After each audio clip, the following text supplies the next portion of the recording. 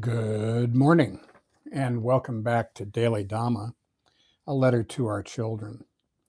I'm Dhamma Bum, and I'll be your guide today for this guided meditation. Today is December 29th, Monday, and our theme will be the middle way. We'd encourage people to check out the description box for this and other episodes. Also, a closed caption version will be ready, not today, it'll probably be ready tomorrow, and that will include a transcript if you like. We encourage independent practice, and that can be private, sitting in your home, listening to bird sounds or chanting or whatever else, or it could be a guided meditation, ours or someone else's. There are a billion of them out there. And if you do that, practice 10 minutes a day and build up from there, you'll be just fine. Want to remind you that December is right concentration. That's part of the samadhi or meditation stream of the Eightfold Path. And today is our last one of those. Next time we meet, it will be the 2nd of January. So this is the end of our year. We only have a few more days to go, and we hope you have a wonderful new year. Today we're going to discuss the middle way, the way of calmness. I want to remind folks that meditation has two parts. The first part is samatha or serenity. That's when we calm down and get in the groove. The second part is panya or wisdom. Some people say vipassana, but it always goes in that direction. Wisdom never arises from a mind in turmoil. So first get calm. So with that, on my mark.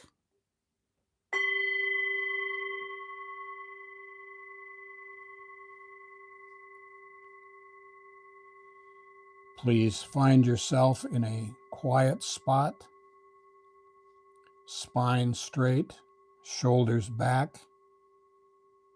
Lower your chin towards your chest. Let your hands rest in your lap or on your thighs. Close your eyes and your mouth and imagine a ball of light an inch or two, 3 to 5 centimeters beneath your nostrils. Inhale through your nose. Watch it go down past your heart to your stomach and back out the same way. Inhale through your nose. Watch it go down past your heart to your stomach and back out the same way. Just take smooth, natural breaths. Don't worry about being too slow or too deep. Just smooth, natural breaths for you as you breathe in through your nose. Watch it go down past your heart to your stomach and back out the same way. On Mondays, we always start with the Dhammapada, verses 1 and 2. Mind is the forerunner of all things. Think and act with a corrupt heart, and sorrow will follow, as surely as the cart follows the ox that pulls it. Mind is the forerunner of all things. Think and act with a pure heart, and happiness will follow, as surely as one's never departing shadow. So the Dhammapada teaches us that our mind leads to our preoccupations, our moods, our obsessions, and this is why we meditate. We meditate to calm our mind and tame our heart. We don't meditate to get something. We meditate to let things go. If you let go a little, you'll get a little serenity. If you let go a lot, you'll get a lot of serenity. And if you let go completely, that is, if you accept life on life's terms, you will find complete serenity. Now, before we get into the second part, we need to talk a little bit about the human condition. Our human life consists of 5 khandhas, or clinging aggregates, and they are the body, feelings, memories and perceptions, thoughts, and consciousness. And they are all impermanent, unsatisfactory, and not the self. We look at them, we see them for what they are, and we let them go.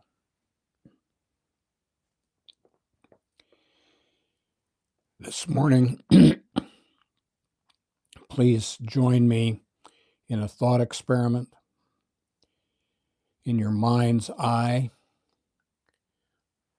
raise up and look down on your head at your skull.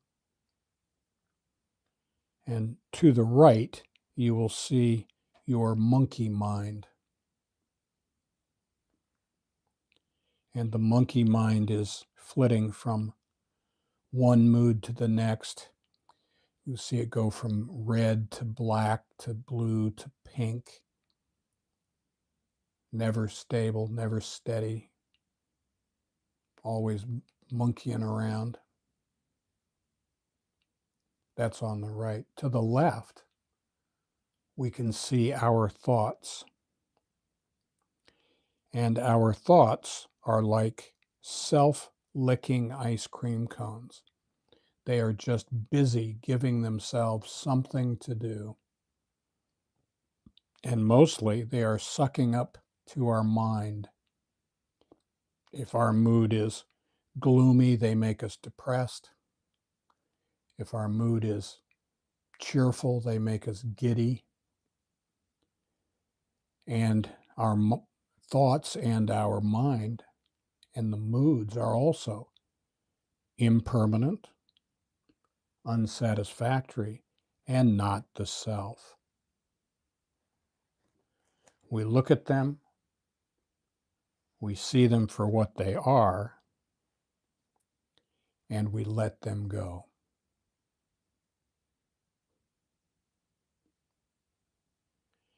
As meditators, we have 3 duties. First is mindfulness. In this group, we pay attention to the ball of light as it goes in through my nose, down past my heart to my stomach, and back out the same way. We listen to the Dhamma talk, but we don't get attached to it. Our second duty is collectedness or concentration. When outside thoughts intrude, which they will do, we calmly brush them aside, thinking, no, that's not my business. I'm focused on my breath as it goes in through my nose, down past my heart to my stomach, and back out the same way. And our last duty is contentment. We are as happy as we want to be. Our attitude is entirely up to us, and we are not the boss. We are either content now or we're not content. We're either calm now, focused on the light, listening to the Dhamma talk, at one with the universe, or we are not. People say they can't meditate. there's a difference between can't and won't. If we refuse to focus on the light, focus on our breath, then, and we say we can't, then we're right. We can't because we refuse to do it. But it's available for us all. And if we do perform these three duties, in a word, we become calm.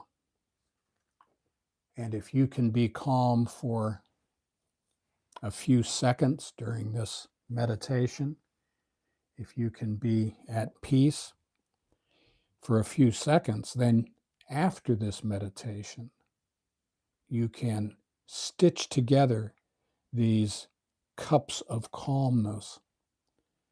And like magic, you look up and it's 3 hours from now, and you go, wow, I have not had an angry, resentful, fearful thought for 3 hours. How'd that happen? How indeed. That's why we meditate. Now, as we go through this week, we want to encourage people to seek the middle way. Not too hot, not too cold. And here are 4 tips. This week, let's be impeccable in our speech. Let's say what we mean what we say, but let's not say it mean.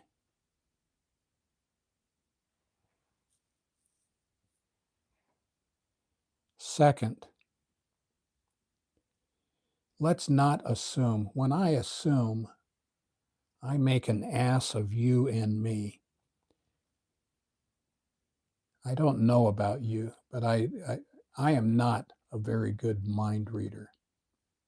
If I were, I'd be rich. I'm not. So let's not read people's minds. Let's let people speak for themselves.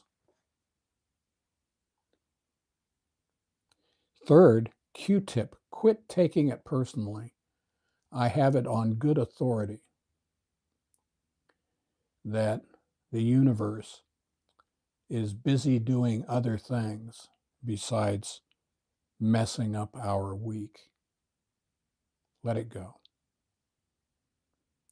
And fourth, let's do our best this week, shall we?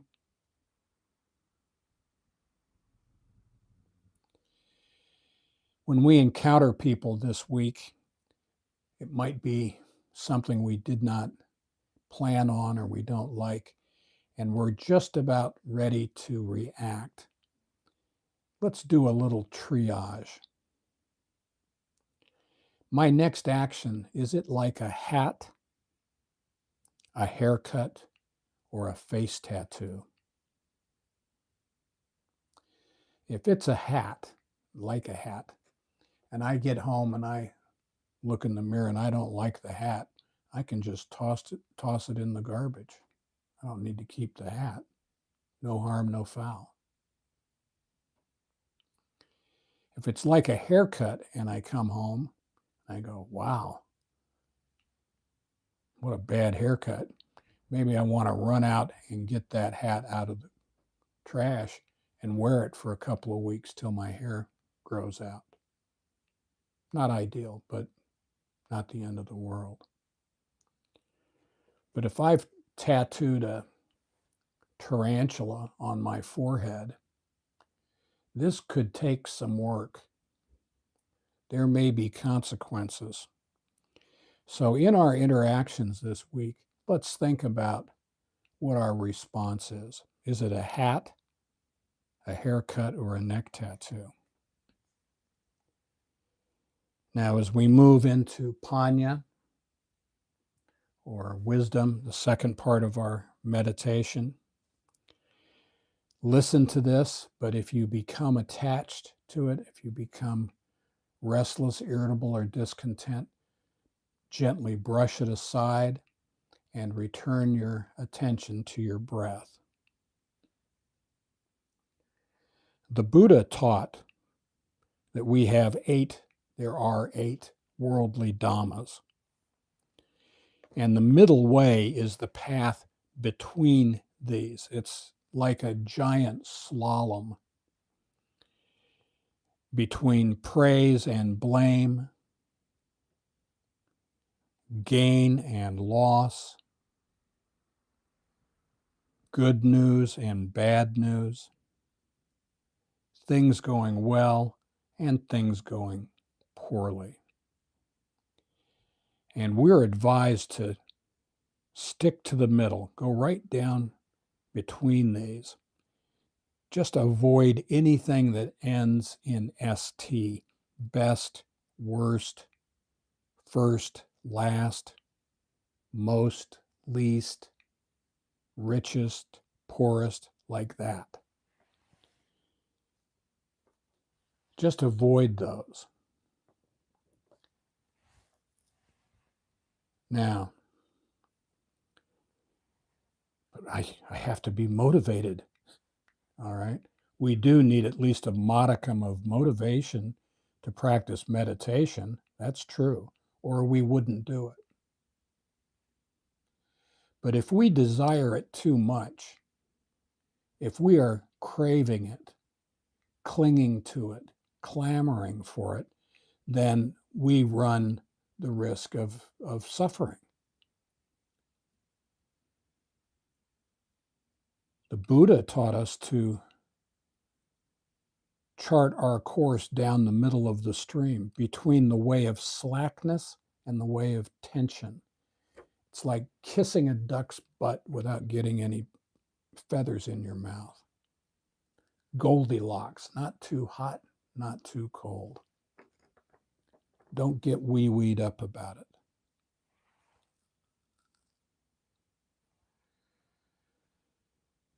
The Buddha taught us that we must choose the path between sensual indulgence and self-torment. So sensual indulgent, we crave sights, sounds, scents, tastes, and tactile sensations. These are our perceptions. And once we like something, we want more of it. And then we hunger for it. Tanha, insatiable hunger. And because we are not going to get exactly what we want, we are going to suffer. So we were taught that to end suffering, we must stop craving, clinging, and clamoring. So we do that with the 8 Dhammas. We go right down the middle, and we don't get too excited about these things. If we stick to the middle of the stream, that stream will take us all the way to the sea, to Nibbana, Sanskrit nirvana.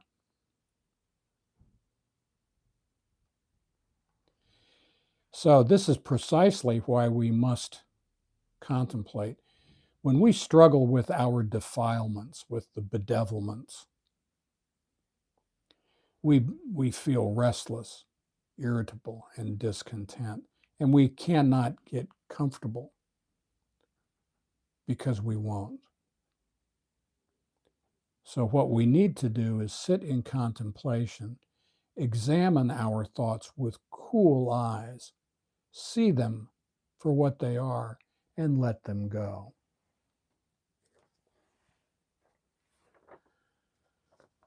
For example, as we sit in meditation, we might think the mind is thinking of an outcome that makes me look good,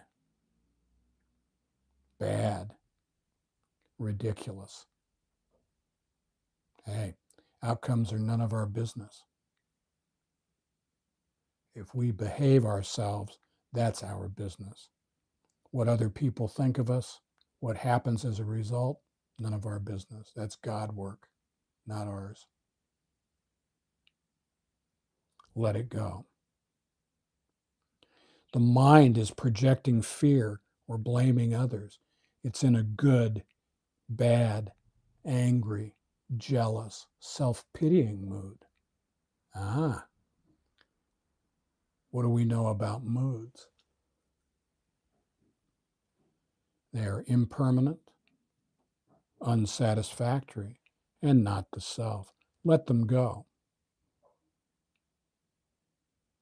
We might think the mind is inciting me to find fault in my family, workplace, nation.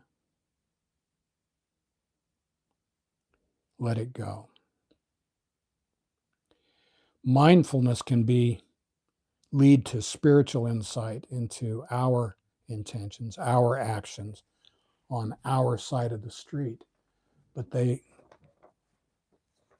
it is not a license for us to diagnose or to blame other people or to psychoanalyze other people. Let them go. Let it go. So this week, have a peaceful heart. The Dhammapada 2:10 said, "Don't get entangled with what you long for or dislike. Not seeing what you long for is suffering. So is seeing what you dislike." So again, our thoughts lead our moods. When we're dealing with family members, do we have to have the last word? Do we have to insist on getting our way? Maybe not. Now, with selfless service, there are 4 things. First, no thought of the outcome. That's God's business. Whatever you see God as, it could be grace over drama, good orderly direction, great universal spirit, whatever it is. That's God's business. He'll take to, or she'll take to the outcome. Us, we're in the boat. We're in the front, and we row, and we row, and we row. And grace over drama, sitting in the back of the boat, guides us to the safe harbor we need to find. Third, unconditional love, not transactional love. And that leads to number 4, which is reciprocal love has to be two-way mutual regard for the divine spark in each other. It's okay to love someone who doesn't love us. In fact, we should. The sin isn't in not being loved. The sin is in not loving. So today, as you go, or this week, as you go through your life, if you find yourself irritable and discontent, take a breath, go into the next room. Imagine a ball of light an inch or 2 below your nostrils. Breathe in through your nose. Watch it go down past your heart to your stomach and back out the same way. Namaste.